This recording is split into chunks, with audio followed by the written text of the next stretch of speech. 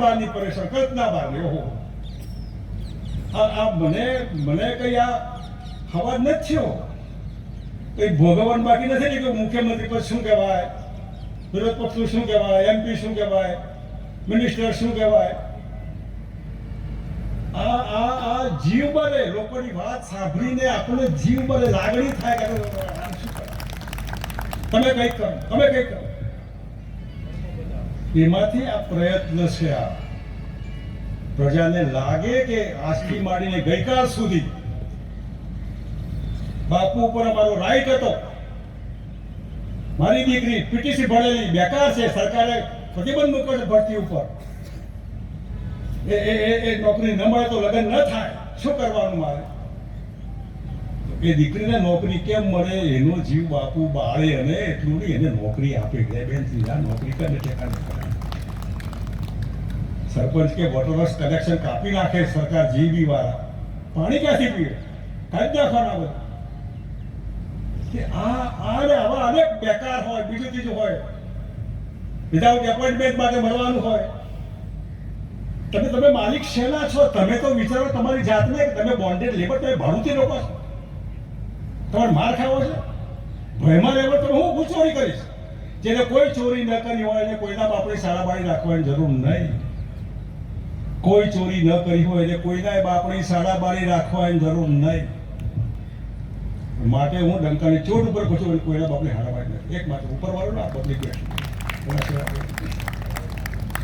એટલે ખાસ મને થયું કે હા આપ સૌને બધાને એક નવી દિશા, નવો પ્રયત્ન, અને એ પ્રયત્નમાં જો બધાને એમાં રસ પડે તો એમાં ને એમાં પછી જો હોય તો ઘણી વખત કોઈ માની લો જીવડું કે એવું પાણીમાં પડ્યું હોય તમે કાઢવા જાઓ ઉપર વળી નાખે અંદર પડે.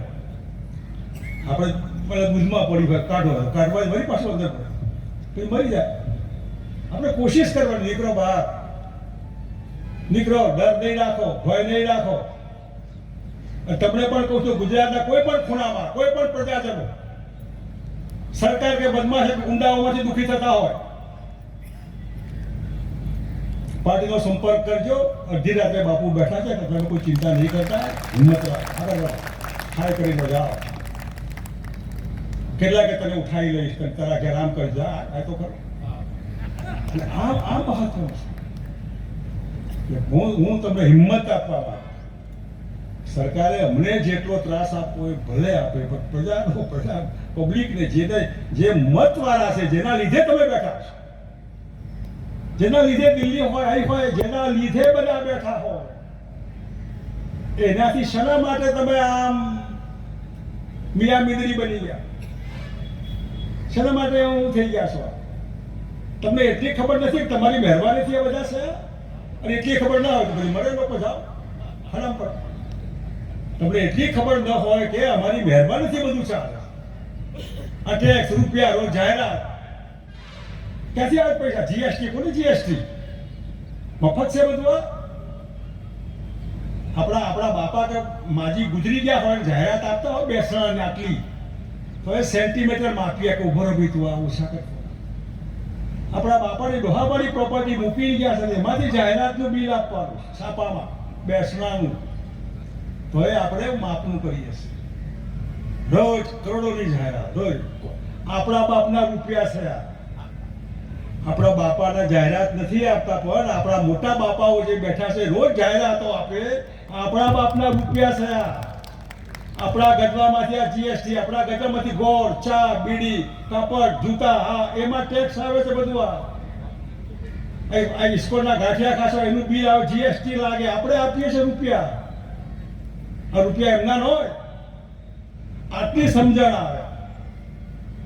મોંઘવારી, બેકારી, કલ્પના બહારમાં, ગુંડાગર્દી, અસલામતી, તો તમામ વર્ગ જો દુઃખી હોય તો જાતે દુઃખી રહેવું હોય તો રહેવાય. તો જીવનું બહાર કાઢી અંદર પડે તો મરાય. બહાર નીકળવું હોય તો મહેનત કરવી પડે. અને અમારો અનુભવ ખરાબ હોય તો સાથે નહીં આવવાનું. અમારો અનુભવ તમને જિંદગીમાં ગમે ત્યારે ખરાબ હોય તો ફરી અનુભવનું પુનરાવર્તન કરવાની જરૂર નહીં. પણ તમને કોઈ અનુભવ સારું હોય તો બધું પડતું મૂકી આવો, તમારા માટે આવો. અમે તો પ્રતીક છીએ આજે. ડૉક્ટર સાહેબે આપણે અમદાવાદમાં ઇન્ટરનેશનલ એરપોર્ટ અત્યારે ઉદ્ઘાટનની તકતી મળતી નથી. સરદારના પ્રેમીઓએ એ દિવસે વિરોધ કરેલો સરદાર સાહેબની પ્રતિમાનું આ ઉદ્ઘાટન કરવા આવેલા એરપોર્ટ ખુલ્લું મૂકવા માટે. દેવગૌડા વડાપ્રધાન હતા. એ દેવગૌડાનો હુરિયો બોલાયેલો, રસ્તા રોકેલા, કાળા કપડાં બતાવેલા. કેમ કે સરદાર વલ્લભભાઈ પટેલને હું ગુજરાતનો એક મુખ્યમંત્રી કેબિનેટના ઠરાવ કરીને આજથી સરદાર વલ્લભભાઈ પટેલ ઇન્ટરનેશનલ એરપોર્ટ એ પસંદ હતું કે નહીં એનો એ સવાલ છે. અને ત્યાંથી સીધા ડૉક્ટર આંબેડકર. આ દેશના છેલ્લા 100 વર્ષમાં 2 લોકો જે દુનિયામાં કોઈ દેશ પાસે નથી પેદા થયા. એકનું નામ છે ડૉક્ટર મનમોહન સિંહજી, દેશના 2 વખત વડાપ્રધાન રહ્યા. એ વડાપ્રધાન ન રહ્યા હોત તો આજે રૂપિયો 100 પાર થઈ ગયો હોત ને આ દેશના નાણાંની સામે કે એક્સપોર્ટ ઇમ્પોર્ટની સામે કોઈ જોતું ના હોત. એની કરેલી મહેનત, અતિશય બ્રિલિયન્ટ, વિદ્વાન, બુદ્ધિશાળી, ભણેલા ગણેલા, ક્વોલિફાઈડ, અને એમના કરતા પણ વધારે ભણેલા ગણેલા દુનિયાના કોઈ દેશ પાસે આવી હસ્તી નથી. દલિત પરિવારમાં જન્મેલો આપણો ભીમરાવ આંબેડકર વડોદરા સરકારની મહેરબાનીથી પ્રદેશ ભણવા અને જે ભણ્યા કલ્પના ભાર મને એમને એમના સમાજને કીધું શિક્ષિત બનો. આ બધા લાગુ પડે, શિક્ષિત બનાવે. જે દુનિયામાં તમે આટલી બધી ડિગ્રીઓ કલ્પના ભારની એવા મહામાનવ કહી શકાય. એમની પ્રતિમાને સામે હિન્દુ ચાચા, ફકીર માણસ, જે નહેરુ કરતા મોટી સભા થાય, દેશના વડાપ્રધાન નહેરુ હોય ને, હિન્દુ ચાચાની સભા હોય તો લોકો હિન્દુ ચાચાની સભામાં જાય. એવા હિન્દુ ચાચા જેના લીધે મહાગુજરાત બન્યું, એમની પ્રતિમાને ફૂલેમાળા કરી અને અહીં આપણી વચ્ચે કાર્યાલયનું ઉદ્ઘાટન કર્યું. આદિવાસી સમાજના ભાઈ બહેનો વચ્ચે એમની મંડળીનું નાચતા કૂદતા આપણા વચ્ચે એને લઈ આવ્યા છે. આ કરવાનું કારણ શું? આજે આટલા બધા પક્ષો આવવાના ને જવાના. પક્ષો કાયમ ન હોય. જે જનતા પાર્ટી 1977માં સરકાર લાવી, ક્યાં છે જનતા પાર્ટી, સ્વતંત્ર પાર્ટી, સામ્યવાદી પાર્ટી, સમાજવાદી પાર્ટીઓ, ગુજરાત જનતા પાર્ટી. પાર્ટીઓ તો આવવાની જવાની, પણ જાહેર જીવનમાં કેવા પ્રકારના લોકોના હાથમાં સુકાન છે એમનું, એ મહત્વનું. આ મજાક નથી. એક ખ્યાતિ હોસ્પિટલ હોય કે બીજું કે ત્રીજું દુનિયાભરનું જે રોજ તમે કાલે શું હશે એ કલ્પના હોય. આપણને એવું લાગે કે આવું તો સરકાર ક્યાં, આમાં વહીવટનો કંટ્રોલ કેમ નથી આ? અને બધા જ એક પાર્ટીના મહેરબાનીથી બદમાશી કરે. ગુંડો હોય, બદમાશ હોય, બળાત્કારી હોય અને પબ્લિક એને પથરા મારતી હોય, ત્યાં એક પાર્ટી એને પોતાની ટોપી પહેરાવે ને ખેસ પહેરીને બધા એને પગે લાગવાનું. કોઈ સમજાવો તો ખરેખર શું છે આ? જાહેર જીવન એ આખી પ્રજાને કન્સર્ન લાગતો વર્ગતો વિષય છે આ. અને અમે લોકો જાહેર જીવનમાં ડબલું કૂટવા નથી આવ્યા. જાહેર જીવનમાં કઈ લેવા આવવાનું ન હોય, મેળવવા આવવાનું ન હોય, MP MLA બનવા આવવાનું ન હોય. થતું હોય થાય, ના થાય ન થાય. હતું એ ફેંકી દેલો, નહીં જોઈએ. સત્તા સર્વેસરમાં ન હોઈ શકે, પરંતુ એવા ટૂંકા મનના લોકો જેને ભગવાને બુદ્ધિ નથી આપી કે આ શેના માટે આ પાર્ટી કરી, બી ટીમ, BJP ને એમની હેસિયત શું કે જેને કંઈ ખબર જ નથી, જેને ઇતિહાસ ખબર નથી, જેને લોકોના અંદરના પાર્ટીના ડખાની ખબર નથી. પાર્ટીઓ શું કહેવાય? આ પાર્ટીઓ આજે માલિક પ્રજાનું હિત, પ્રજાનું અહિત, પ્રજાને જીવતી રાખવી કે મારી નાખવી, મોંઘવારીમાં રાખવી કે બેકારીમાં કે ભયમાં કે ડરમાં કે મજા કરાવી, એમના હાથમાં છે. કોણ છે એ લોકો? મેં 67, 70 અને 30, 20, 50, 55 જેટલા વર્ષ થયા, એટલા વર્ષથી એક્ટિવલી જાહેર જીવનમાં સક્રિય રીતે, ઇનડાયરેક્ટ નહીં, ડાયરેક્ટ. આજની બધી પાર્ટીઓ એટલે આજની તારીખથી ગઈકાલથી 1967 થી સતત પાર્ટીથી માંડીને આજ સુધી બધી પાર્ટીઓના નેતાને વ્યક્તિગત પર્સનલ કાઢી નાખો. પરિવાર નથી. તમારો સાથી કાર્યકર્તા તમારા કરતા તો મજબૂત હોય, અસરકારક હોય, કાર્યકર્તા કે પબ્લિકમાં લોકપ્રિય હોય તો એને કેમ પૂરો કરવો? અને એના માટે સામેની પાર્ટી જેના માટે લડતા હોય એની હાથે મળીને એને જીતાડવી. સમજાવો તો ખરા તો આ પાર્ટીમાં શું કામ છો? એ પાર્ટીમાં જાઓ ને. જે પાર્ટીમાં એમાં ક્યારે કોઈ દિવસ એમાં ગડબડી કરે ના ફાવે કઈ નહીં, ઘેર રહો તમે. એટલે આ જે મોટું રોગ તમે પણ સમજો. માટે હું જાહેરમાં કહું છું, ચીટર હોય તો મારી હાથે નહીં આવતા, તેલ ચોપડીને આવતા હોય તો નહીં આવો, સરકી જવાનું હોય તો. બદમાશ માણસો નહીં જોઈએ, એનાથી લોકો હેરાન હોય એ બી મારે બી એને જ મૂકવાના નહીં મૂકવા. એટલા માટે એક જ પાર્ટી, જે પાર્ટી એના અંદરના લોકોનું પહેલા પૂરું કરવું, બીજી પાર્ટી એ પાર્ટી માટે બધું જ કરવા માટે પોતાની પાર્ટીના કાર્યકર્તાઓનું ગળું દબાવવું, અહિત કરવું. શું કરવાનું?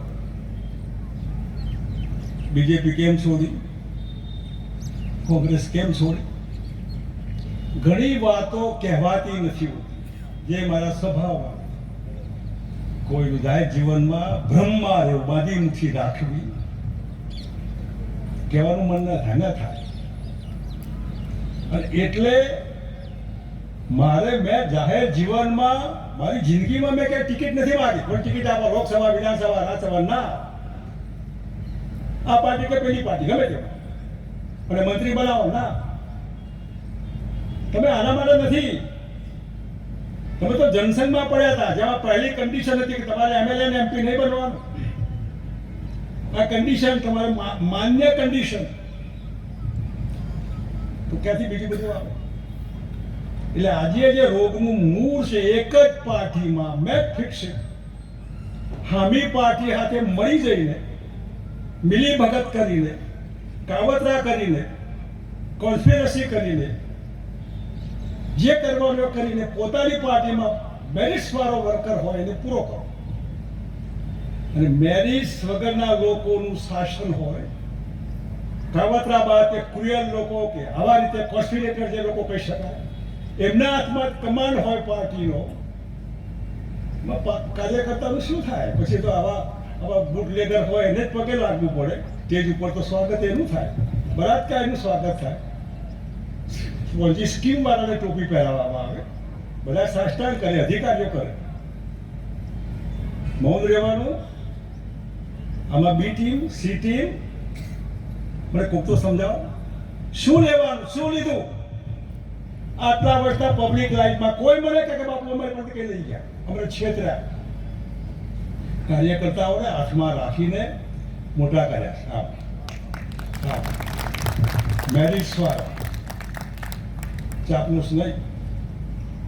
એટલે તમે પણ જાહેર જીવનમાં જે અહીં આ ટીમમાં એક્ટિવલી, તો મહેરબાની કરીને ચીટિંગ વાળું કોઈ પણ હોય તો એને પ્રાયોરિટી ના આપતા.